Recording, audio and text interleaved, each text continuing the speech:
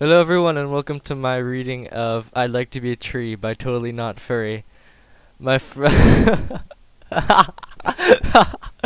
I'm reading this on Skype right now to my two friends and I thought I'd record it because it's the most hilarious story I've ever read in a long time. The link's in the description. It's pretty much this disturbing story that someone linked to on Yari's live stream, or not live stream, on Yari's SyncTube. So I read it and I was posting quotes in the chat through the whole entire time, so that was extremely funny. So I thought I'd read it because I found it again in my history, and yeah, so let's get started. I'd Like to Be a Tree by Totally Not Furry, edited by Rihidru. Fluttershy quickened her pace as she trotted along the trail to Sweet Apple Acres. She glanced over her shoulder again to make sure no pony was following her. Oh, why am I always so paranoid that I'm being followed when I walk down this road? No pony has ever followed me before, and the animals always listen to me when I tell them to stay home. Fluttershy returned to a trot as she continued down the road. She could feel her heart beat through her chest, a testament to how nervous she was.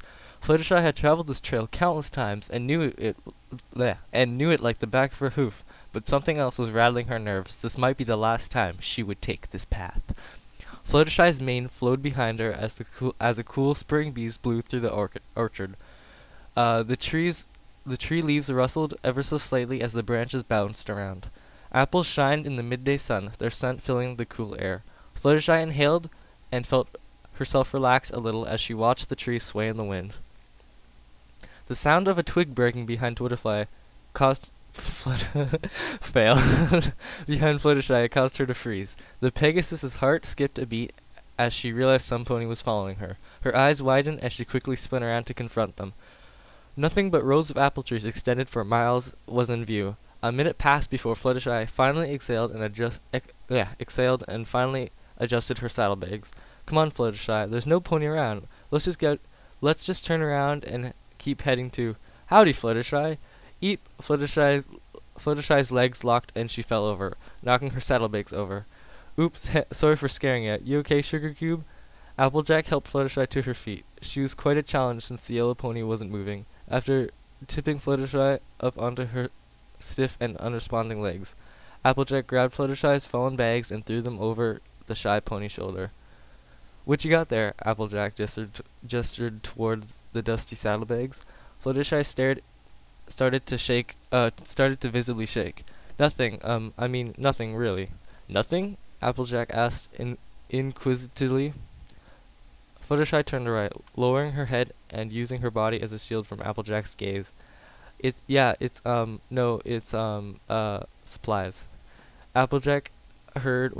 All Applejack heard was a soft, high-pitched squeak. Applejack's eyes lowered into an accusing sprint. What are y'all up to? Fluttershy squeaked even softer as she curled up into a ball on the ground. Applejack stared at her for a few seconds. Okay, I'll let you be then. I gotta start packing supplies for a trip to Appaloosa anyhow.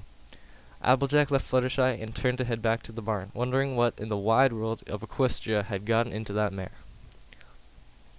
After a couple minutes, Fluttershy didn't move from the protective ball she found herself in. Eventually, a gust of wind filled the orchard with sounds of fluttering leaves and swaying trees. Fluttershy poked her head up as if she had heard her name called. Looking around her, she saw no pony around and ran off the trail into the orchard. It begins. Fluttershy ran until she reached a section of the farm where younger apple trees. She stopped to look around the expanse of the farm. Is any pony around? There was no response except a calm breeze that flowed through the trees. Celestia's sun peeked out from the cloud. It had been hiding behind and enveloped the grove with sparkling sunlight. So we are alone?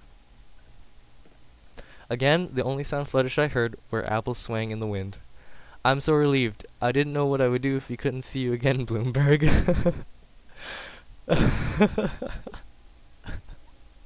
God.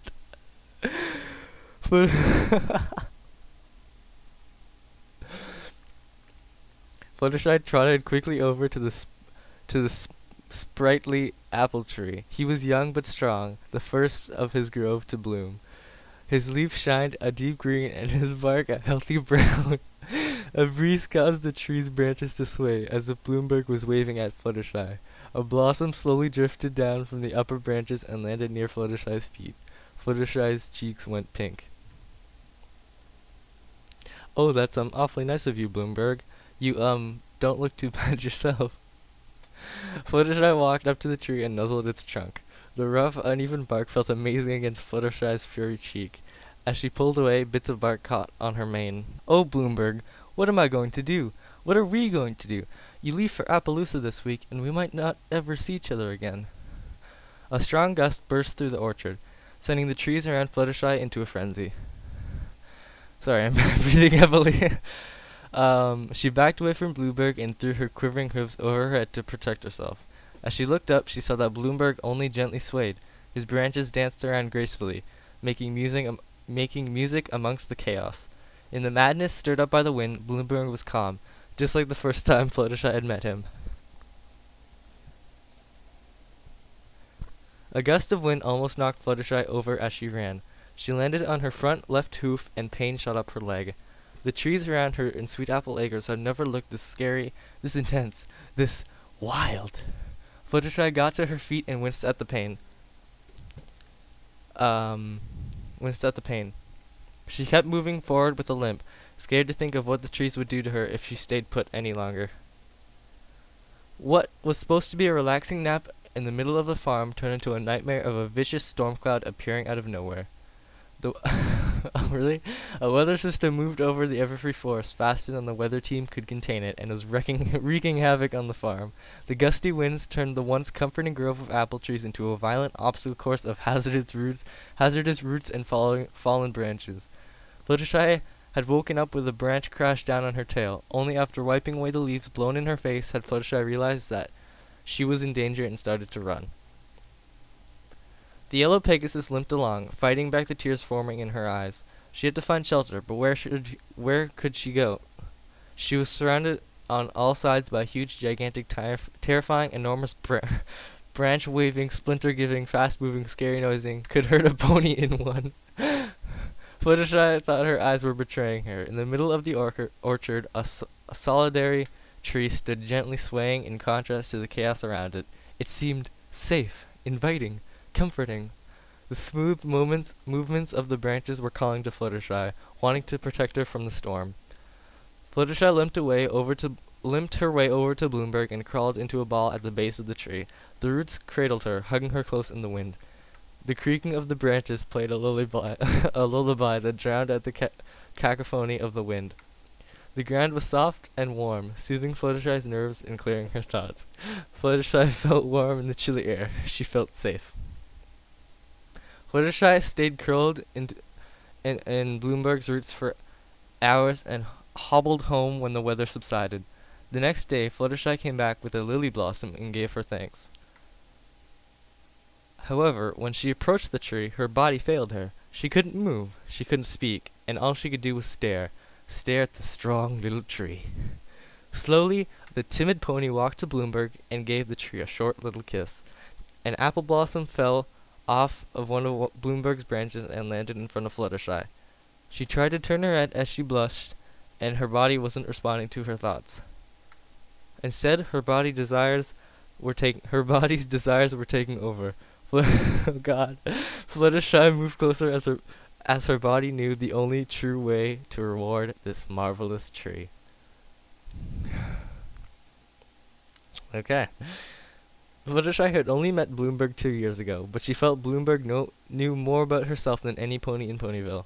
Bloomberg was Fluttershy's first, and they had spent many intimate afternoons together. She wanted to be with him forever, but he was leaving for a new home, far away from Ponyville.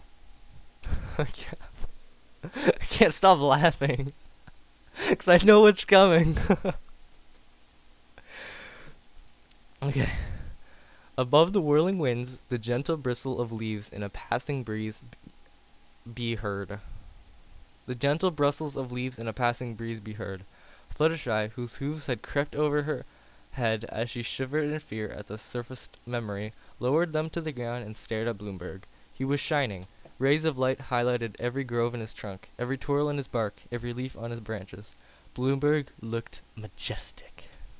For the first time that day, Fluttershy felt relieved and relaxed. The Pegasus smiled as she dropped her saddlebags and started to nuzzle the tree. The uneven grooves felt electric on Fluttershy's neck as she moved her head around the trunk. Fluttershy moved her body forwards and kept brushing herself up against Bloomburg. The firmness against her coat traveled down her body to her rump. Fluttershy ground her cutie mark into the tree, sending a tingle down her spine. Okay. Fluttershy reluctantly pulled away. She shivered as the chills that coursed through her body subsided. Her face was now a shade of orange, and her yellow fur blended with her flush red face. Fluttershy's breathing picked up a bit, and her deep breaths were clearly audible. Bloomburg stayed silent.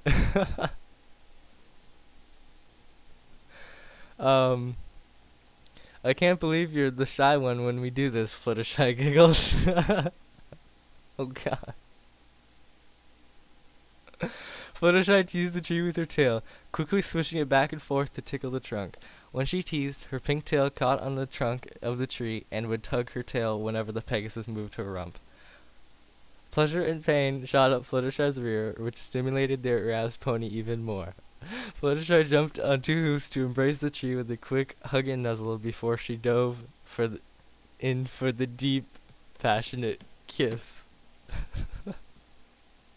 This is getting intense. She just got real.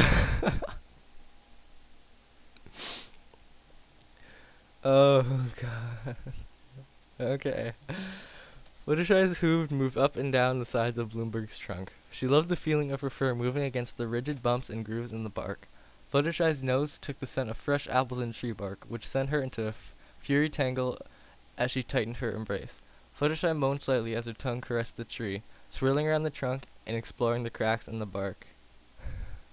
Bloomburg tasted of apples and tree sap. A quick breeze lifted Fluttershy's pink mane and whisked it around, wrapping around the tree in a hug of its own. The breeze pushed the pony closer to Bloomburg. Her chest pressed against the trunk. The sensation sent Fluttershy's heart into a flurry as she took in a deep breath. Her stomach contracted the tree.